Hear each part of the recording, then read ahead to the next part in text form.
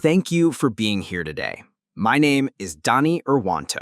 I'm an independent researcher and author, and I've been deeply involved in the study of ancient civilizations, especially those that may have been lost to time and myth. The topic I'm going to share with you today is one that has fascinated scholars and seekers for centuries: Atlantis. Specifically, we will explore how we can decode Plato's ancient narrative to locate the lost city, not as a mythical tale, but as a real and discoverable place.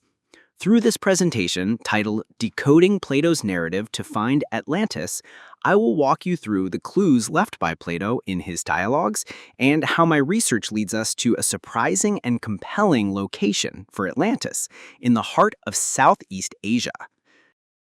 The primary source for our knowledge about Atlantis comes from the works of the ancient Greek philosopher Plato, specifically in his dialogues Timaeus and Critias.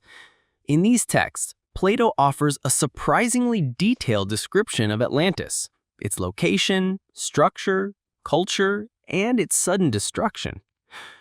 Over the centuries, countless researchers have attempted to decode these texts and find the location of Atlantis, but the majority have looked only in the Atlantic Ocean or around the Mediterranean, assuming that the name Atlantis must correspond to those familiar regions. In my approach, I take a different path. I read Plato's narrative literally and geographically, as if he were giving us a precise account of a real place, not an allegory. I do this without distorting or reinterpreting his words to fit modern assumptions. Before diving into the core of my research, I'd like to briefly explain the intellectual landscape surrounding it, what I call the three streams of knowledge. You can think of them as three parallel railway tracks, each representing a different approach to understanding ancient history and civilization. The first stream, on the left, represents the mainstream academic view. This stream is highly conservative, rigid, and often dismisses anything that falls outside established paradigms. For researchers like me, this stream often acts aggressively, trying to kick us off track when our findings challenge accepted narratives. The third stream, on the right, includes the pseudoscientific or mystical approaches. This stream often lacks evidence-based discipline and may rely too heavily on speculation or sensationalism. They tend to pull people in with exciting but unprovable theories. And they also try to pull me in, hoping I'll align with their more imaginative interpretations. But I choose to remain in the second stream, which I call the progressive scientific stream. This lane is based on critical thinking, open inquiry, and evidence. It challenges outdated ideas but remains grounded in logic and data. This is the track I've committed to. And it's not always easy. I constantly face pressure from both sides, being pushed by the skeptics on the left and pulled by the speculators on the right. That's why I need a strong footing, to stand firm, stay focused, and keep my research on track without being derailed by either extreme. Now, let's look at the origin of the Atlantis story. Contrary to common belief, the story does not originate in Greece. Instead, it came from ancient Egypt, specifically from the sacred district of Sais, located in what is today San el-Hajar, in the Nile Delta. Around 600 BCE, the Athenian statesman Solon traveled to Egypt. During his visit to the city of Sais, he met with a senior priest named Sancius in a temple dedicated to the goddess Naph. This priest shared with Solon an astonishing story, one that had been preserved for thousands of years on inscriptions and registers kept within the temple. To get there, Solon had to pass through what the Greeks called the Pillars of Heracles. Now, this term was symbolic. It referred to the clusters of islands and narrow sea passages that bordered the Aegean Sea, forming natural maritime gateways. In this temple, Sancius recounted the tale of Atlantis as part of Egypt's long and meticulously recorded history. This was not a myth passed down through oral tradition. It was a historical account, etched into stone and preserved in temple archives. Unfortunately, like many treasures of the ancient world, those original inscriptions and records have been lost over time. But thanks to Solon's efforts and later Plato's retelling of the story in Timaeus and Critias, this fragment of ancient Egyptian knowledge has survived. This slide illustrates the long and fascinating journey of the Atlantis story, how it evolved and reached us today. It all starts in ancient Egypt, in the temple at Sais, where the story was preserved on inscriptions and registers as part of the Egyptian historical record. Around 600 BCE, the Athenian statesman Solon traveled to Egypt and was told the story by the senior priest Sonchus, who shared it directly from those temple archives. Solon brought the story back to Greece and intended to put it into poetic form, but he never completed that work. However, the story did not disappear. It began to circulate orally within the Hellenic world. For the next 200 years, from around 600 BCE to 400 BCE, it was recited and retold, especially during Apetaria festivals, which were important gatherings in Athenian society for storytelling and cultural transmission. During this time, the story evolved into what I call a premature legend. Although it had real historical roots, its 200-year journey through oral tradition caused it to undergo several adaptation processes. Localization. The story began to shift toward more familiar Greek geographies. Characterization.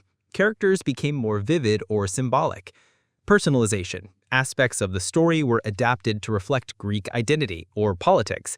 And metaphorization. Some elements became symbolic rather than literal. By the time Plato wrote his dialogues Timaeus and Critias around 360 BCE, he was working with two sources, the original account from Solon's notes or memory, and the adapted, prematurely legendary version that had developed in Greek society over 2 centuries. Plato carefully blended these sources in his dialogues, preserving what he could of Solon's original insight while also incorporating the legendary elements that had naturally evolved through storytelling. This is why interpreting Plato's account requires discernment, to separate the historical signal from the legendary noise. And that's exactly the challenge my research takes on, by tracing the story back to its roots and reading it through a critical yet faithful lens. In this slide, we see the 4 main figures who appear in Plato's dialogues and play a role in conveying the story of Atlantis. These characters are Timaeus, a Pythagorean philosopher and statesman from Italy; Critias the Younger, Plato's relative, who narrates the Atlantis story; Hermocrates, a Syracusan general and thinker; and Socrates, the famed Athenian philosopher who guides the discussion. The conversation is set up as a philosophical dialogue, typical of Plato's style. But within this format, Plato embeds a historical account, one passed down from Solon and ultimately from the Egyptian priesthood. It is Critias the Younger who delivers the actual story of Atlantis. He claims to have heard it from his grandfather, Critias the Elder, who in turn received it from Solon himself. Critias presents the story not as a metaphor or a myth, but as a genuine historical tradition, preserved by the Egyptians and handed down through his family. The dialogue takes place in a thoughtful, reflective setting. Socrates opens with a philosophical question about the ideal state, and Critias responds by offering the Atlantis story as a real-world example of a powerful civilization that eventually fell due to its moral decline. This slide presents my comprehensive research methodology, which combines multiple analytical lenses to decode Plato's narrative about Atlantis. At its core, the approach blends semiotics, semantics, and structural linguistic analysis, specifically through syntagmatic, paradigmatic, and pragmatic perspectives. Let me walk you through each part of this layered method. As I explained earlier, I use semiotics to understand the relationship between the signifiers, the words or symbols Plato used, and the signifieds, the underlying realities or concepts he was referring to. This process treats the Atlantis narrative like a puzzle. Each word or phrase is a puzzle piece, represented by the icon, that must be correctly placed in its historical and geographical context. Next is semantics, which deals with the precise meanings of words. Ancient Greek is a nuanced language, and words often have multiple interpretations. For example, a term translated as island or continent might actually refer to a highland, a plateau, or a marsh-surrounded land. Semantic analysis helps avoid anachronistic misreadings and ensures we interpret the text as it would have been understood in its original time. Moving deeper, we come to syntagmatic analysis. This approach looks at the linear structure of Plato's sentences, the sequence and combination of words. Meaning often emerges from how terms are linked together in a phrase or passage. For example, a plain near the center of the island, surrounded by mountains. This structure implies a specific spatial relationship, which helps reconstruct the geography. Understanding these syntagmatic chains helps us trace how the descriptions build up and interact to form a coherent picture. In contrast, paradigmatic analysis focuses on the choices made within a set of possible terms. Why did Plato use one word instead of another? What terms were available and what might they have meant if he'd chosen differently? This comparative approach helps uncover deeper symbolic meanings. For example, if Plato used the word Nissos, island, we must ask, why not peninsula or land?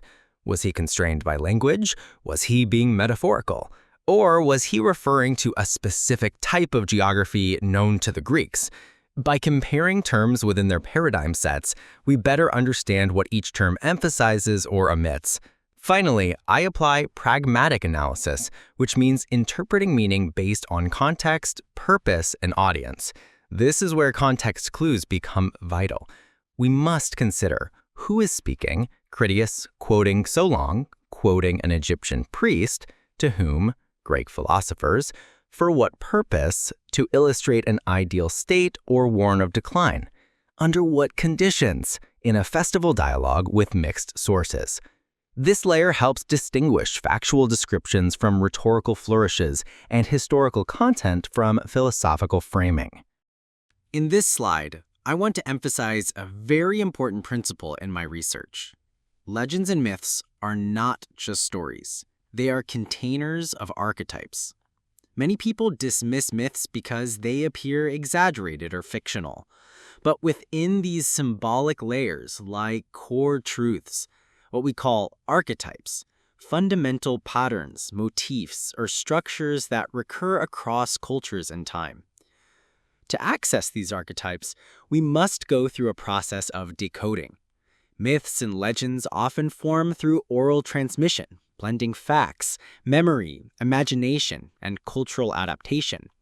Over time, what was once a historical account may evolve into something that seems mythical, but the archetypal core can still survive. These symbolic patterns remain consistent, even as the surface elements change. In the case of Atlantis, we are dealing with a story that has undergone legendization, with adaptations and metaphorizations along the way. But by peeling back those layers, using the semiotic and linguistic tools we discussed earlier, we can extract the archetypal form beneath. Once we have that form, we can begin to look for real-world analogs. We ask, where on earth does this pattern appear? Where can the description, the structure, and the sequence of events be mapped to actual geography and archaeology? This is how myth becomes a map, and how archetypes lead us to evidence. This slide now delves even deeper into the process of decoding Plato's narrative by exploring how meaning in myths operates at a second level, just as described by the semiotician Roland Barthes. Barthes explained that myths are built on what he called a second-order semiological system. In this system, the first order is the straightforward literal meaning, the direct relationship between a word, signifier, and what it points to, signified. The second order is where things become truly interesting. The original sign, with its literal meaning, itself becomes a new signifier which points to a broader, cultural, or symbolic meaning, a connotative meaning. Applying Barthes' theory to Plato's Atlantis, in Plato's text we encounter many words, images, and stories that are more than what they seem at first glance. They have second-order meanings shaped by the Greek worldview and the broader cultural context in which they were shared. So, my approach draws on Barth's theory by asking, what social or historical context shaped Plato's narrative? What connotative meanings would these terms have carried for his audience? How do these second-order meanings guide us to the underlying archetypes and potentially to real historical events or places? In this slide, I'd like to clarify the full semiotic framework I use in my research on Atlantis, now going beyond the second order to include what Barthes described as the third order of signified. As I've shown, I treat Atlantis not as a simple object, but as a structured object, symbolized by a set of assembled puzzle pieces. Each puzzle piece represents a connotative meaning or a second-order signified. These are the rich, cultural, symbolic meanings extracted from Plato's words, not just the literal interpretations. But here's the next step. When all of these connotative meanings, these second-order signifieds, are assembled into a single coherent structure, the assembled puzzle, the result is itself a new sign at a higher level. This whole structured object, Atlantis as decoded from Plato, becomes what Barthes would call a third-order signified. First order, the literal meaning. For example, island equals land surrounded by water.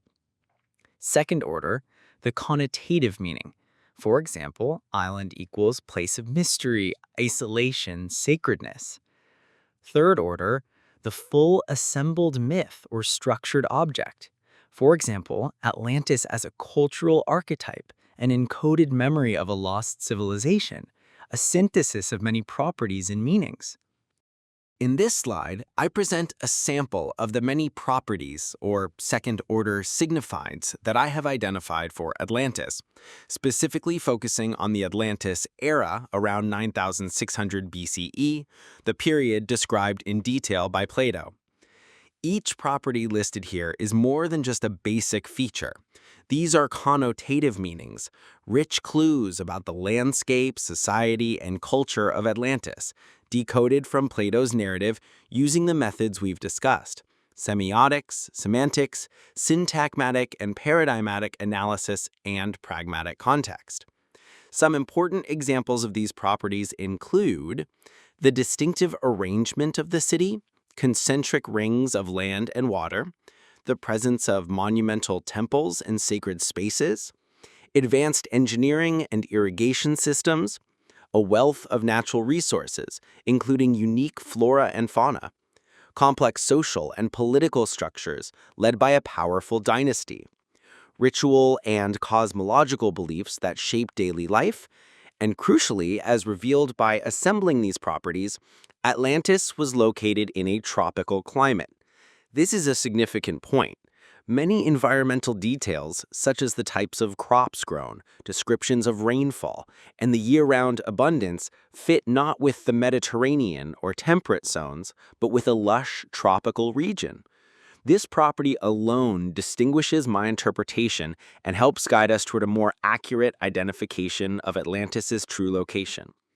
Each of these is a puzzle piece, a second-order signified, and together they build up a structured picture of Atlantis far more detailed and nuanced than a simple myth.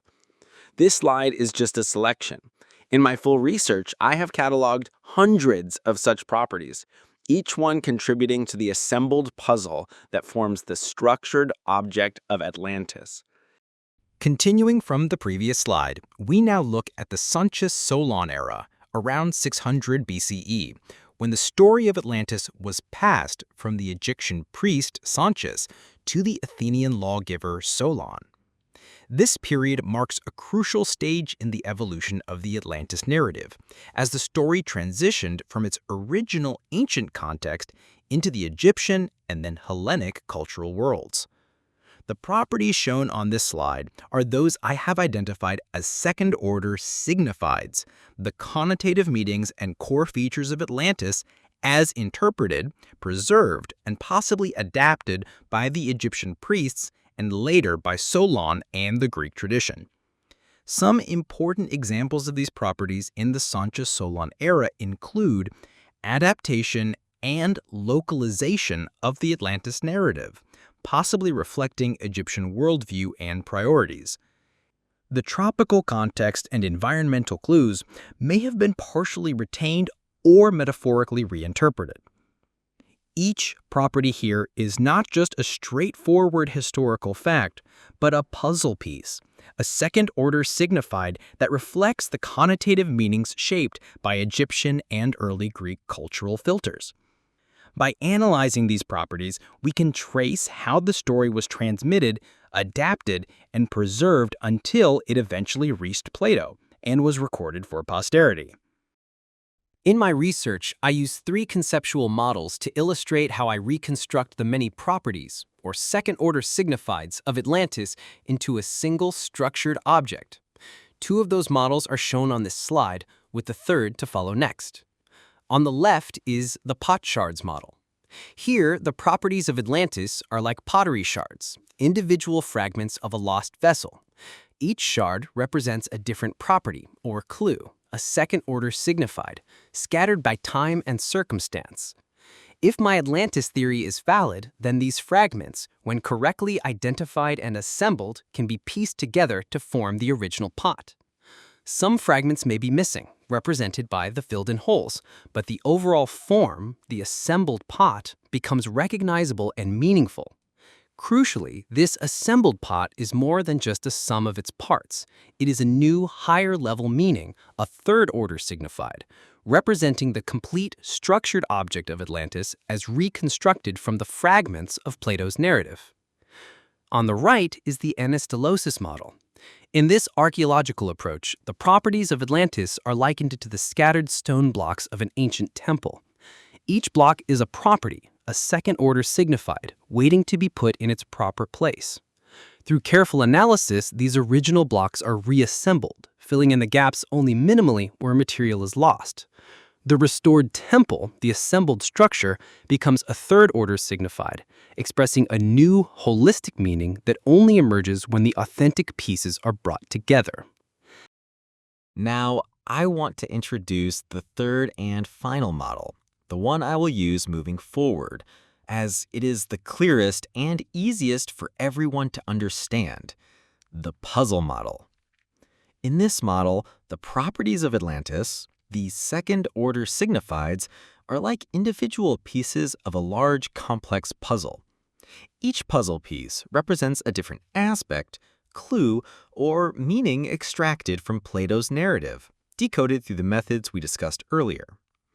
At first, each piece by itself may seem insignificant or incomplete. But as more pieces are identified and properly placed, the connections between them become clear, and a bigger picture begins to emerge. When enough pieces are assembled, they form a coherent image, the completed puzzle. And just like in the previous models, this assembled picture is not simply a random collection of fragments. It represents a new, higher-level meaning, a third-order signified. In this context, the completed puzzle stands for the fully reconstructed, structured object of Atlantis, as described by Plato and decoded through my research. Even if a few pieces are still missing, as long as the majority are in place, the overall picture is still recognizable and meaningful.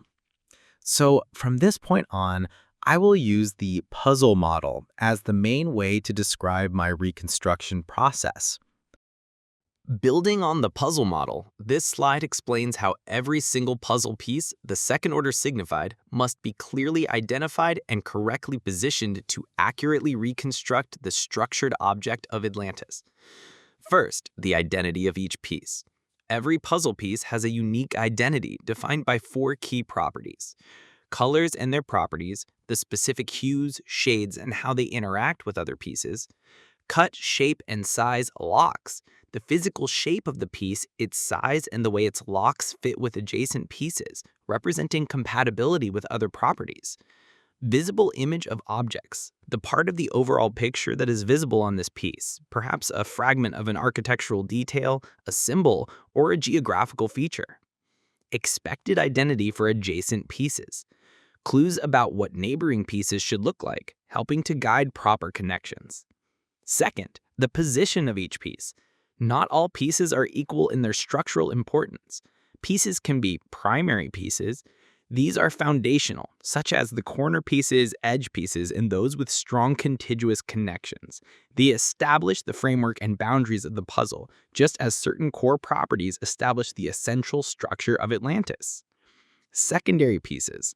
These fill in the interior, connect primary pieces, and complete the picture, but rely on the framework set by the primaries.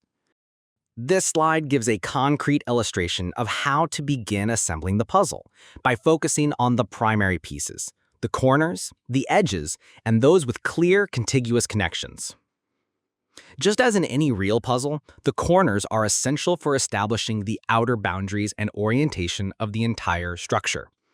These represent the most fundamental properties of Atlantis, those clues that are unmistakably distinct and anchor the reconstruction, such as key geographical markers or foundational aspects of the civilization. Once the corners are placed, the edge pieces define the outline and connect the corners. These are major properties that, while not as singular as corners, still form the framework of the structured object. In the case of Atlantis, these might be the defining features that connect primary themes like specific environmental or structural boundaries described in Plato's narrative. Finally, there are primary pieces that are not at the edge but have strong, direct connections with each other. Pieces that fit together because of their clear mutual compatibility. These represent sets of properties that, when interpreted together, reinforce and clarify each other, such as paired architectural or social elements described in Plato's narrative. By identifying and positioning these primary pieces first, we build a strong, reliable framework for the entire puzzle. Now that the primary pieces, corners, edges, and strong contiguous connections have been assembled, this slide shows the next stage, iteratively placing the secondary pieces to complete the reconstruction of Atlantis.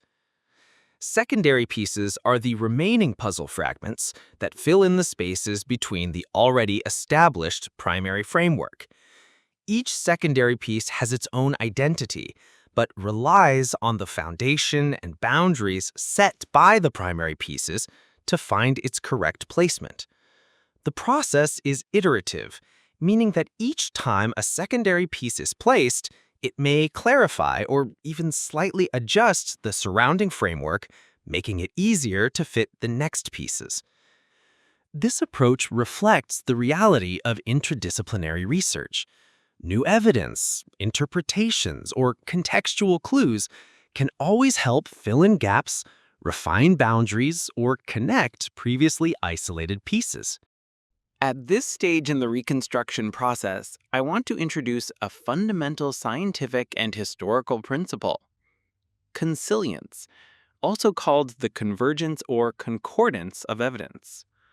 Consilience is the idea that when independent, unrelated sources of evidence all point to the same conclusion, that conclusion becomes much stronger and more reliable, even if no single source is overwhelming by itself.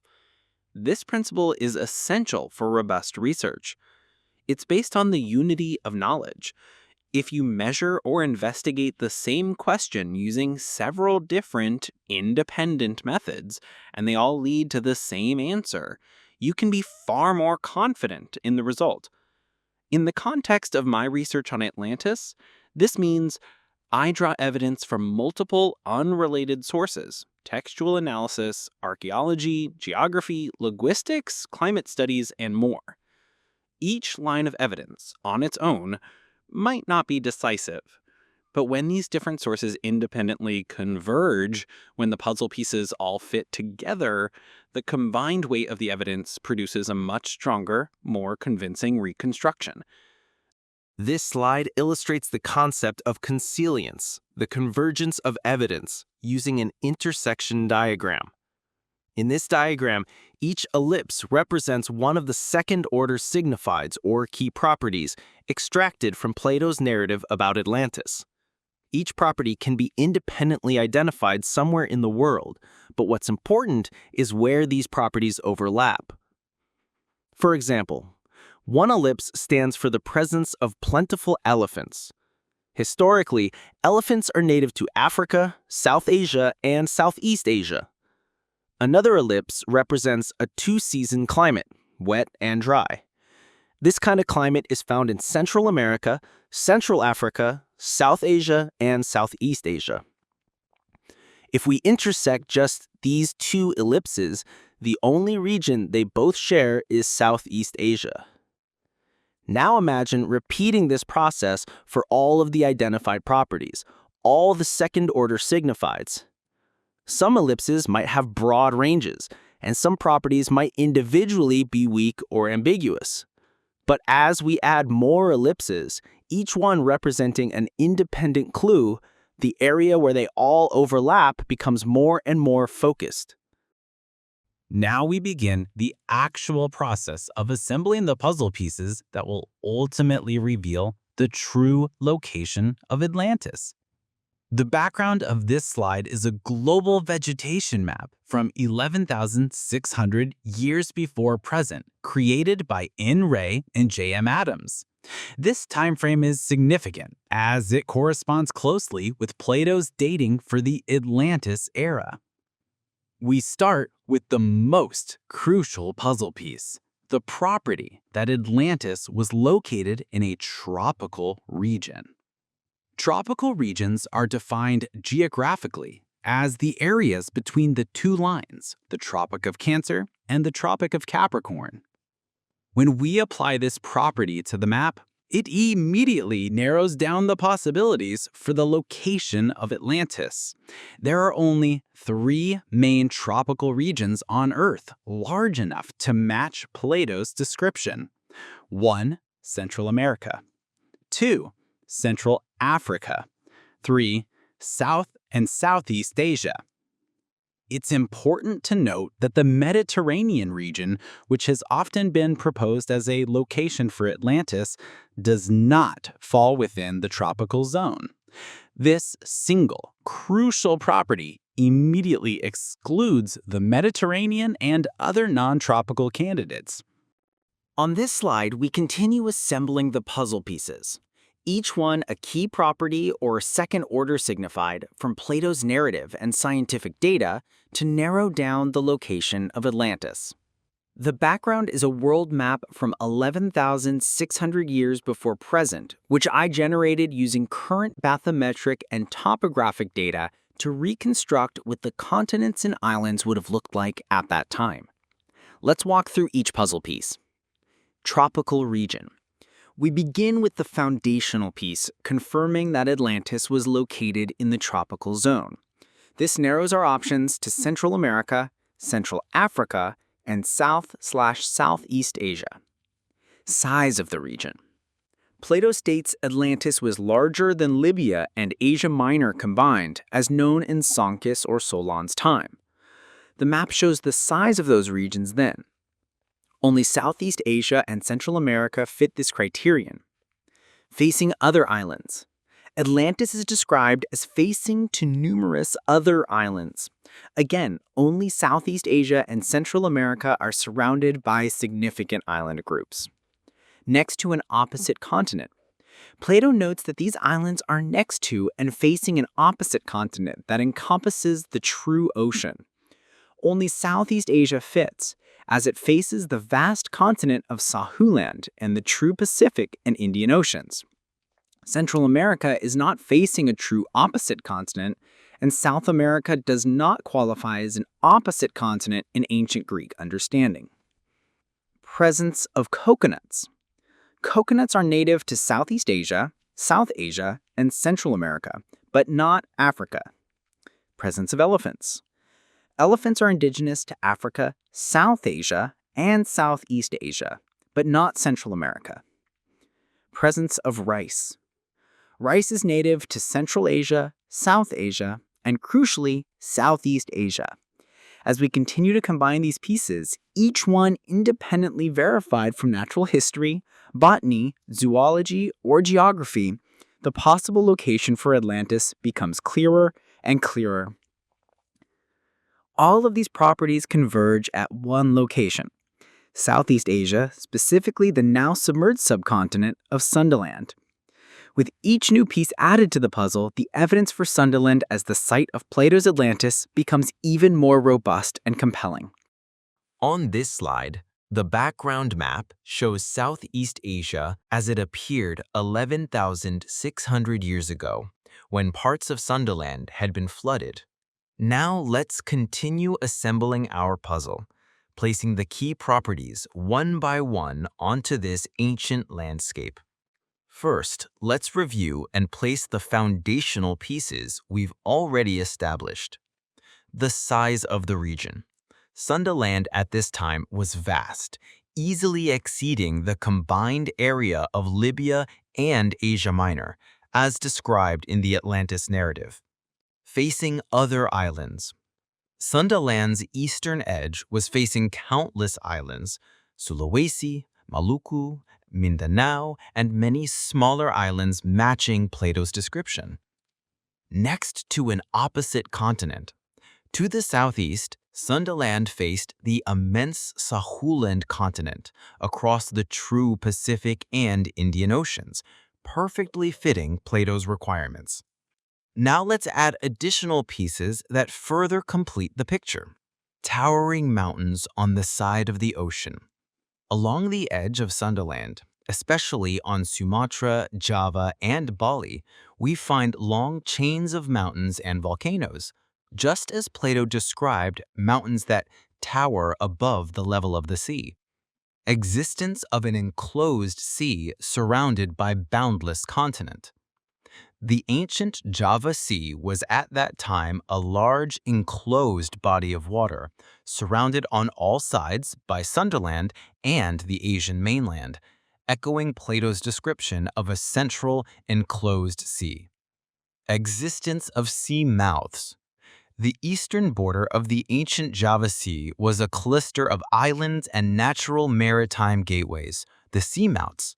These are the features that Greek sources called the Pillars of Heracles. Importantly, the Sunda Strait, which today forms the Western Sea entrance, did not exist 11,600 years ago, so the sea was only open on one side. Additionally, in the northern part of Sundaland, there was also an enclosed sea with sea mouths, facing other islands at a distance. However, this area lacks the critical property of being next to an opposite continent, so it does not fully fit the criteria. Now let's continue assembling the next set of major puzzle pieces on our reconstruction of Atlantis, focusing in on the very features Plato described in detail. Let's review the key pieces we've already placed. Next to an opposite continent, towering mountains on the side of the ocean, existence of an enclosed sea surrounded by boundless continent, existence of seamouths. Now we add a crucial property, the level plane, square oblong shape. Plato described an immense, perfectly level plane with a square oblong shape. In today's geography, this matches the vast plain occupying what is now southern Kalimantan Island, a region that was partly submerged by the Java Sea at the end of the Ice Age. This plain is open to the sea at the south, the ancient Java Sea, and sheltered at the north by the Mueller, Swanner, and Muratus mountain ranges.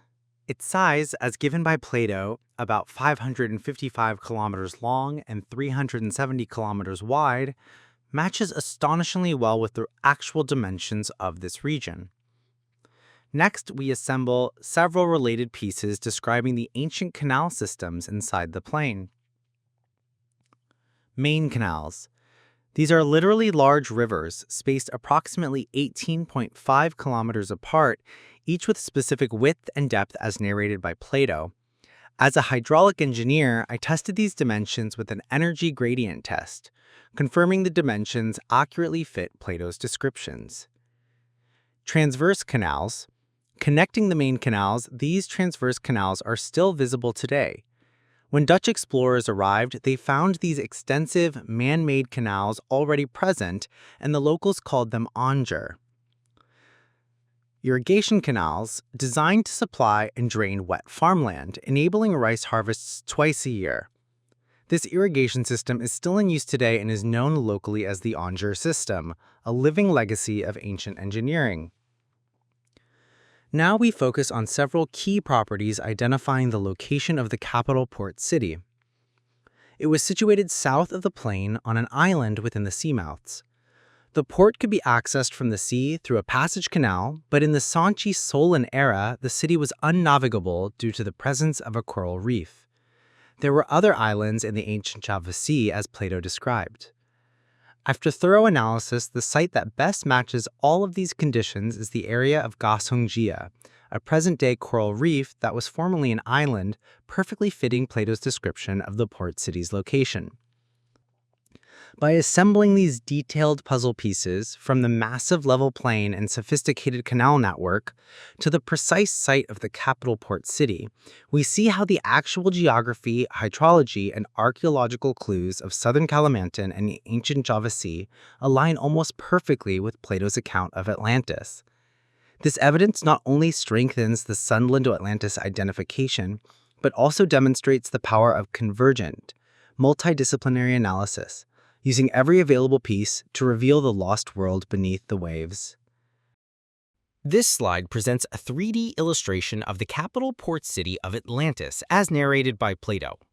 The model you see here is not the final assembly of secondary pieces in our puzzle, but rather a visual representation of the features described in detail by Plato himself. Let's walk through the main components. 3 rings of water and 3 land zones. The city is structured with 3 concentric rings of water separated by 3 land zones and a central land area, perfectly circular in shape just as Plato described. Fortifications.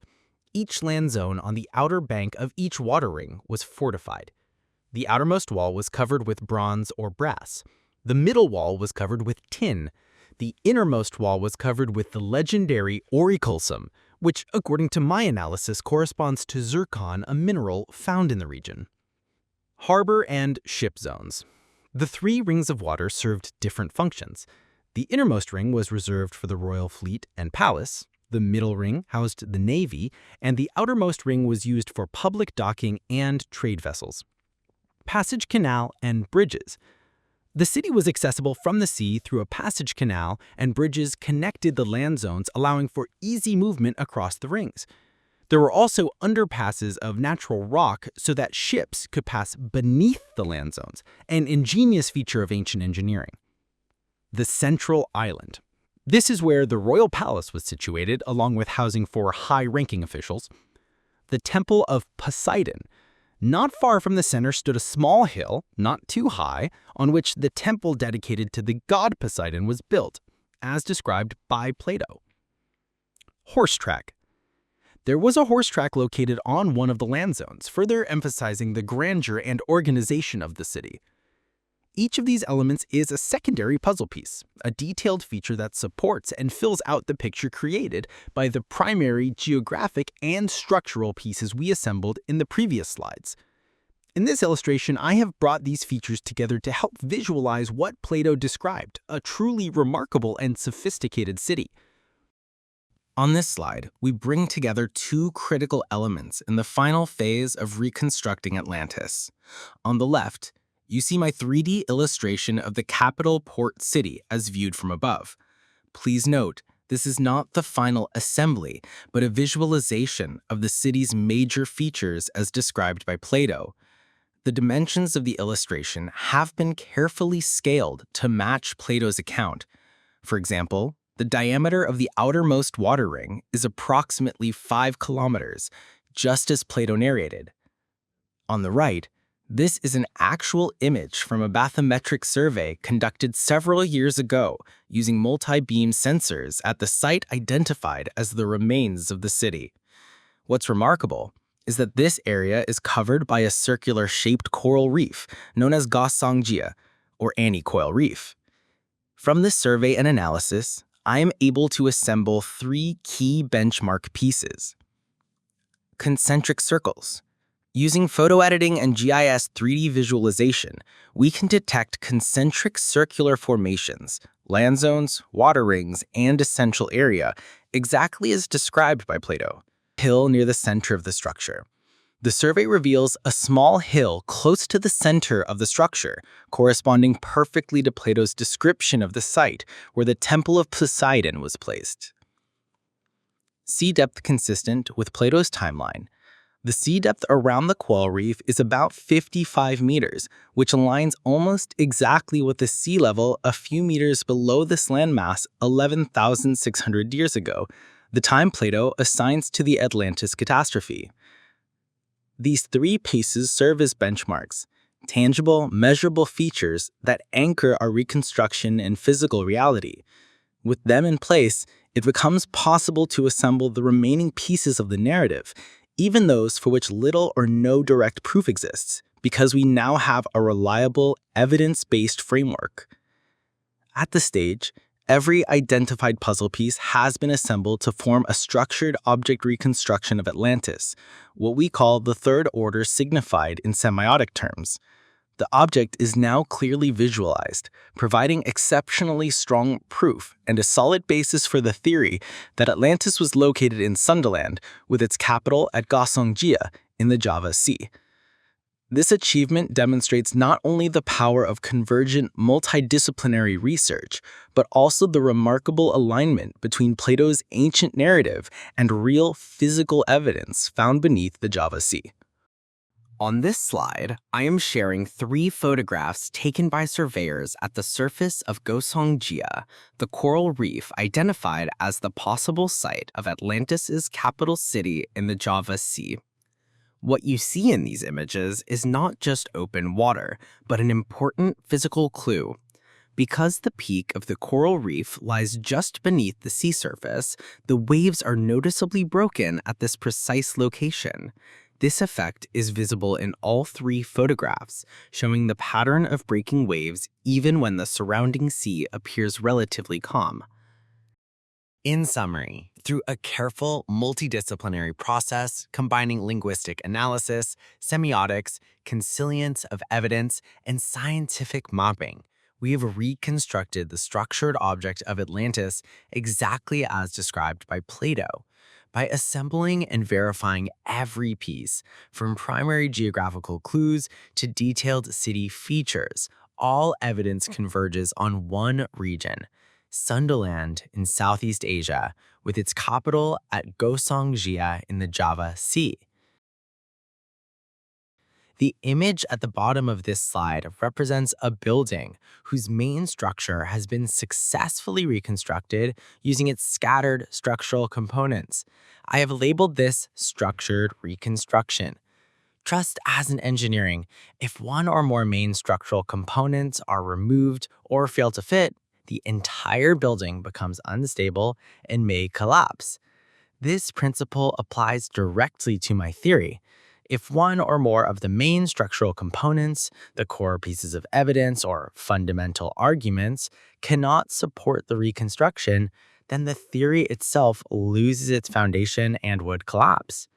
Conversely, when all the structural components, especially the main ones, mutually support each other, the building stands firm and strong. That's why I then relabel the image as comprehensive mutual structured reconstruction. This final label signifies that every element of the theory is interconnected and collectively robust, making the entire reconstruction not only possible, but reliable and enduring.